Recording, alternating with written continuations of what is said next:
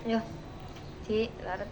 Assalamualaikum warahmatullahi wabarakatuh. Perkenalkan, kami dari kelompok 4 mata kuliah Qawaidul Fiqhiyah yang akan mempresentasikan tentang kaidah ketiga Al-Qawaid Al-Khamsah. Sebelumnya perkenalkan, saya Eka Novianti dengan NIM 22411040229. Perkenalkan, nama saya Mina Ula Askia dengan NIM 224110402306.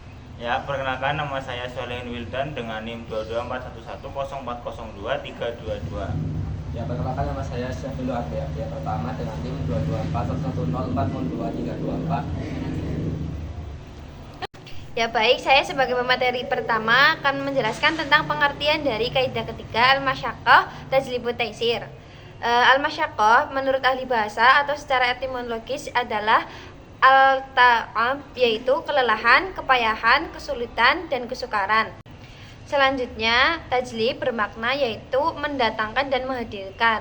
Sedangkan al-taisir secara etimologis berarti kemudahan, seperti di dalam hadis Nabi yang diriwayatkan oleh Bukhari yang artinya agama itu memudahkan.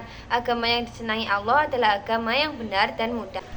Jadi makna dari kaidah al-masyaqqah tajlibu taisir adalah kesulitan yang mendatangkan kemudahan.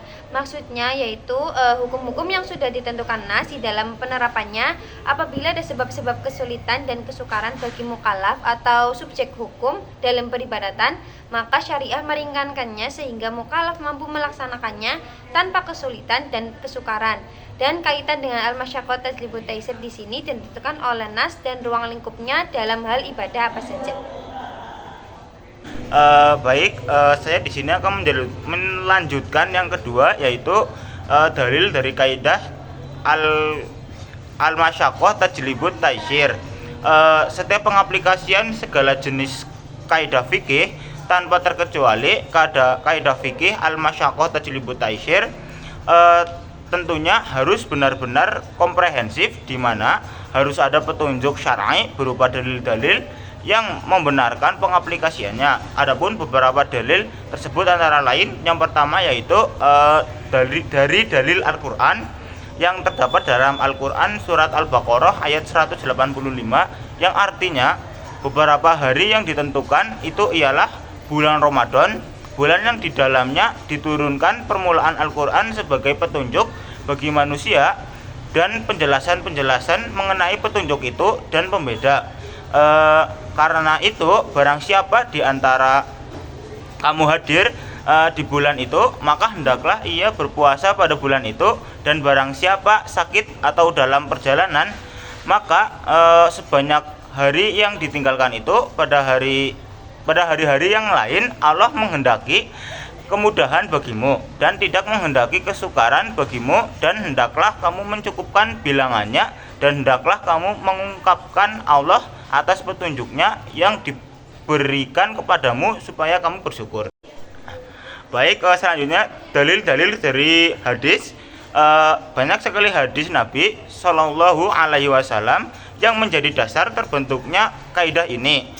Di antaranya yang pertama yaitu dari hadis Sahih Bukhari dari jalur Anas bin Malik yang artinya, permudahkanlah dalam perihal agama dan janganlah kalian persulit, serta berilah kabar gembira dan janganlah kalian menakut-nakuti. Kemudian yang kedua yaitu dari hadis Rasulullah Shallallahu Alaihi Wasallam bersabda, sesungguhnya agama Allah adalah agama yang mudah. Kata-kata itu diucapkan 3 kali. Hadis riwayat Ahmad. Kemudian yang ketiga atau yang C yaitu Sahih Bukhari dari Jabir yang artinya, pada suatu perjalanan Rasulullah melihat seseorang yang sedang berjongkok dan beberapa orang lainnya terlihat melindunginya. Maka Rasulullah pun bertanya, apa ini yang terjadi? Mereka menjawab, ia sedang berpuasa. Rasulullah Shallallahu Alaihi Wasallam bersabda, berpuasa dalam perjalanan bukanlah suatu kebaikan yang mutlak. Kemudian hadis yang ketiga yaitu Sunan Abu Dawud dari Sunan Abu Dawud yang artinya, pergunakanlah kemudahan yang telah dianugerahkan Allah kepada kalian. Kemudian yang terakhir atau yang kelima yaitu hadis riwayat Bukhari dan Muslim yang artinya, tidaklah Rasulullah diberi pilihan di antara 2 perkara, kecuali beliau memilih yang lebih mudah atau ringan selama yang lebih mudah itu bukan perbuatan dosa. Dari beberapa hadis yang berasal dari Al-Quran maupun sunnah tersebut merupakan sebagian kecil dari sekian banyak dalil yang ada. Namun dalam hal ini memunculkan nas-nas di atas cukup membuktikan bahwasanya pengaplikasian kaidah ini sangat berperan penting dalam mengatur logika berpikir untuk menemukan hukum suatu masalah. Oleh sebab itu, kaidah ini disepakati oleh seluruh ulama mazhab yang pengaplikasiannya sebagai analogi dan menyimpulkan dan menemukan hukum ketika berijtihad. Kemudian yang ketiga, bab ketiga, yaitu ada kaidah-kaidah yang berkaitan dengan al-masyaqqah tajlibut taisir.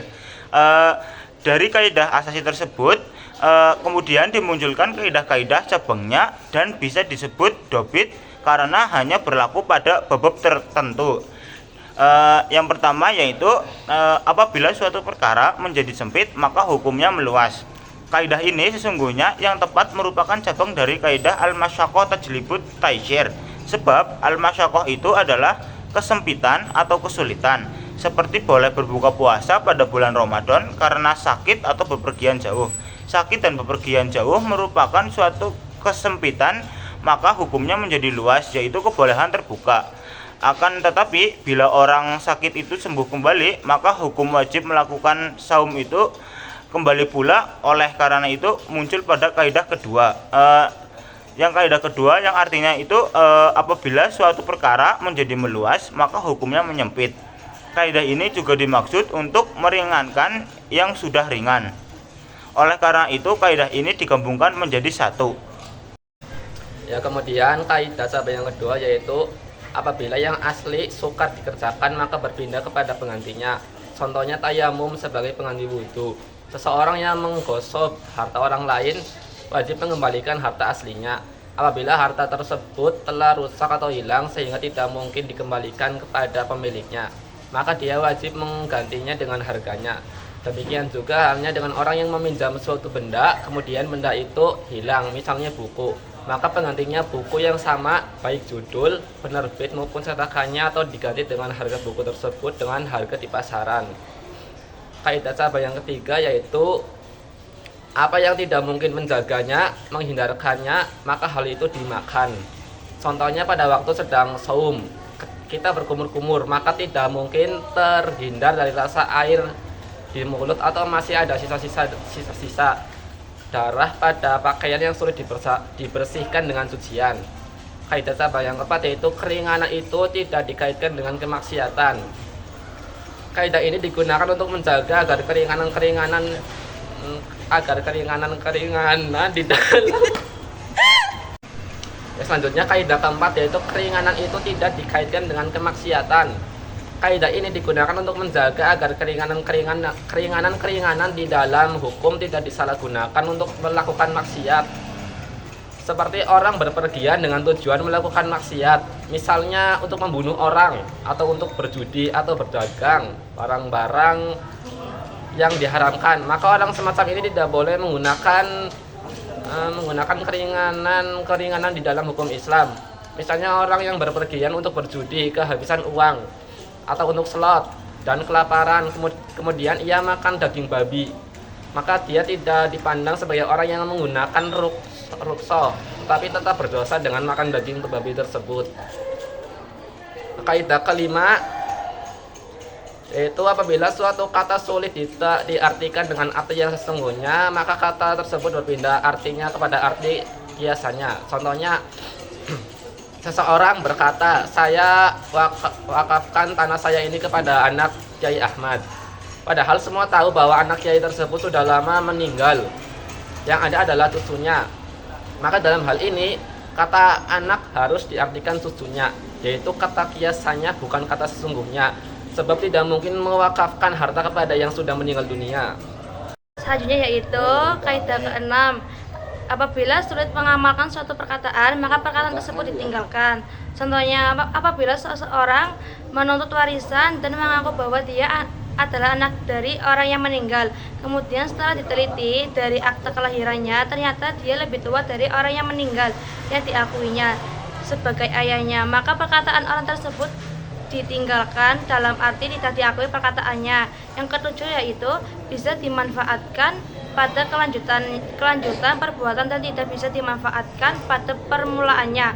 Contohnya seperti orang yang menyewa rumah yang diharuskan membayar uang muka oleh pemilik rumah. Apabila sudah habis pada waktu penyewaan dan dia ingin memperbaiki sewaannya, dalam arti melanjutkan sewaannya, maka dia tidak perlu membayar uang muka lagi. Yang kedelapan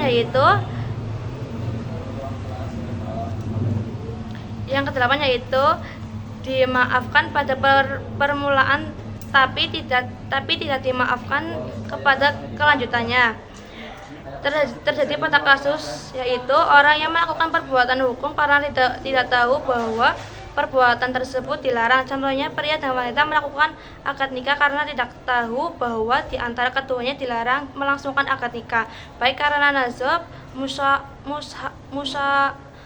musaroh atau persemendaan maupun karena persusuan. Selang beberapa tahun baru diketahui bahwa antara pria dan wanita itu ada hubungan nasab atau hubungan persemendaan atau persusuan yang menghalangi sahnya pernikahan. Maka pernikahan tersebut harus dipisah dan dilarang melanjutkan kehidupan sebagai suami istri. Yang selanjutnya itu dapat dimaafkan pada hal yang mengikuti dan tidak dimaafkan pada yang lainnya. Contohnya yaitu penjual boleh menjual kembali karung bekas tempat beras karena karung mengikuti kepada beras yang dijual. Demikian pula boleh memakafkan kebun yang sudah rusak tanamannya karena tanaman mengikuti tanah yang dimakafkan. Ya, sekian presentasi dari kelompok 4. Apabila ada banyak kekurangan, dimohon dimaafkan. Sekian dari kami. Wassalamualaikum warahmatullahi wabarakatuh. Jangan lupa like, comment, subscribe.